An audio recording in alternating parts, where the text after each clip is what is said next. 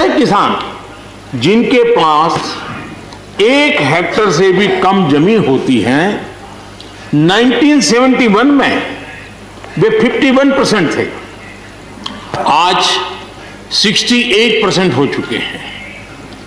यानी देश में ऐसे किसानों की संख्या बढ़ रही है जिनके पास बहुत थोड़ी सी जमीन है। आज लघु और सीमांत किसानों की मिलाएं तो 86% ज्यादा किसान के पास 2 हेक्टेयर से भी कम जमीन है, और ऐसे किसानों की संख्या 12 करोड़ है।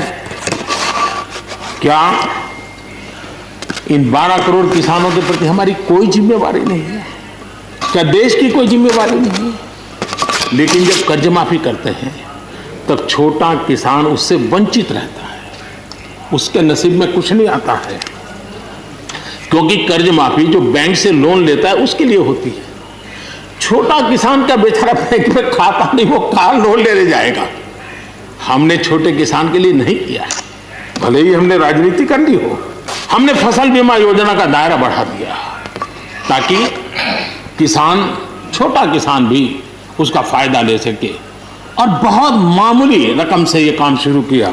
और पिछले 4-5 साल में फसल बीमा योजना के तहत 90,000 करोड़ रुपए, छोटी रकम नहीं है, 90,000 करोड़ रुपए उसके क्लेम किसानों को मिले।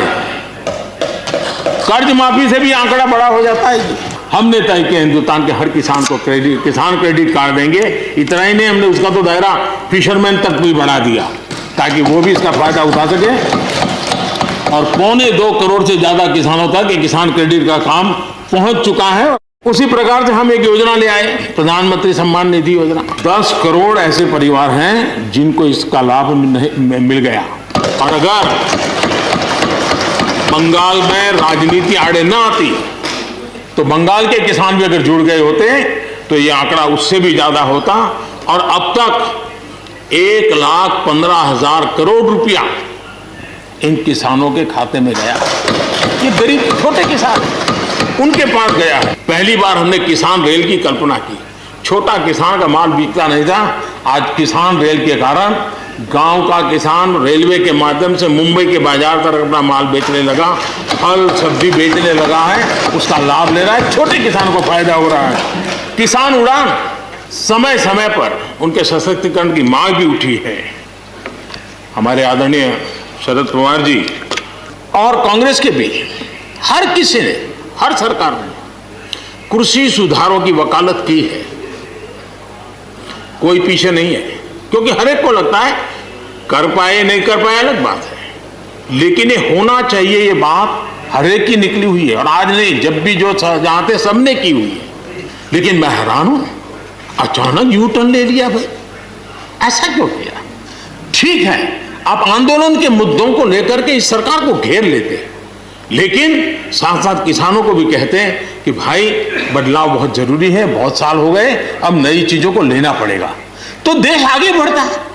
There are other rigidities because of the whole marketing regime set up in the 1930s which prevent our farmers from selling their produce where they get the highest rate of return. It is our intention to remove all those handicaps which come in the way of India realizing its vast potential as one large common market. आदरणीय मनमोहन सिंह जी ने किसान को उपज बेचने की आजादी दिलाने, भारत को एक कृषि बाजार दिलाने के संबंध में अपना इरादा व्यक्त किया था, और वो काम हम कर रहे हैं। और मुझे आप लोगों को गर्व होना चाहिए। देखिए, मनमोहन सिंह जी ने कहा था वो मोदी को करना पड़ रहा है, गर्व कीजिए।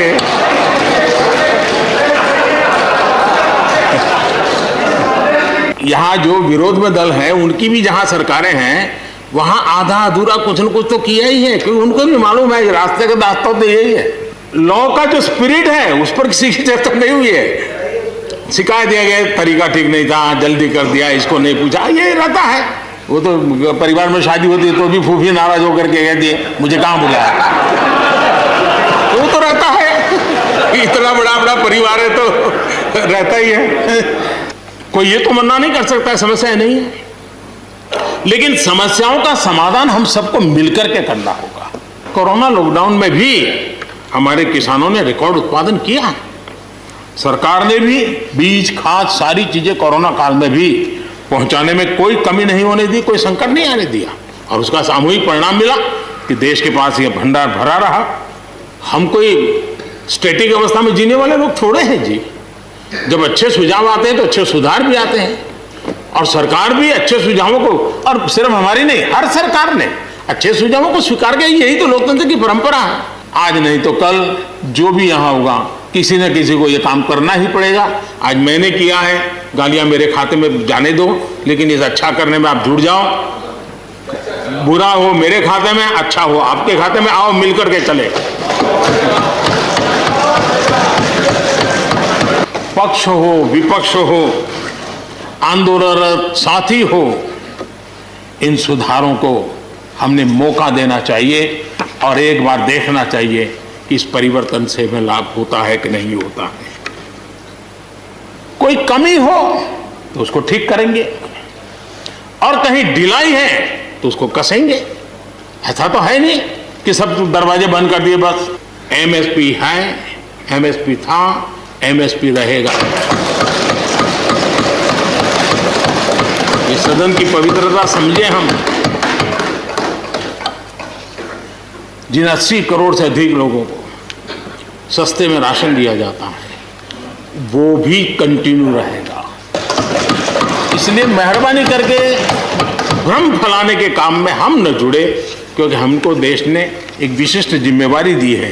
कुछ लोग हमारे खास करके पंजाब के, खास करके सिख भाइयों के दिमाग में गलत चीजें भरने में लगे हैं।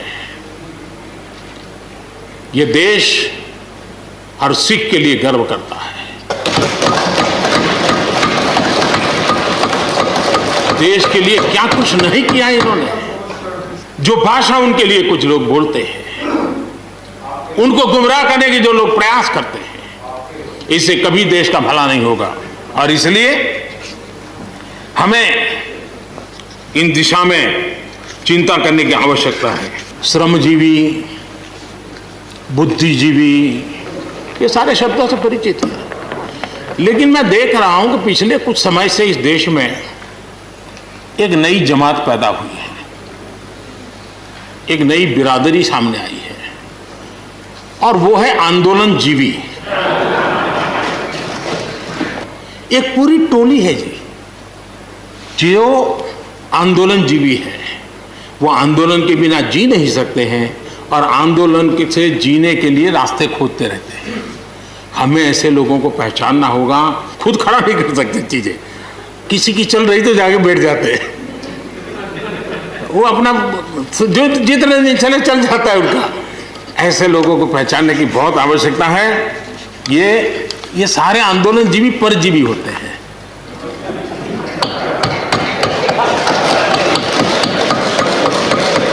ये नए एफडीआई से देश को बचाना है जी। एफडीआई चाहिए, फॉरेन डायरेक्ट इन्वेस्टमेंट, लेकिन ये जो नया एफडीआई नजर का आ रहा है, ये नए एफडीआई से जरूर बचना होगा। और ये नया एफडीआई है foreign destructive ideology, foreign destructive ideology. और इसलिए इस एफडीआई से देश को बचाने के लिए हमने और जागरूक रहने की जरूरत है।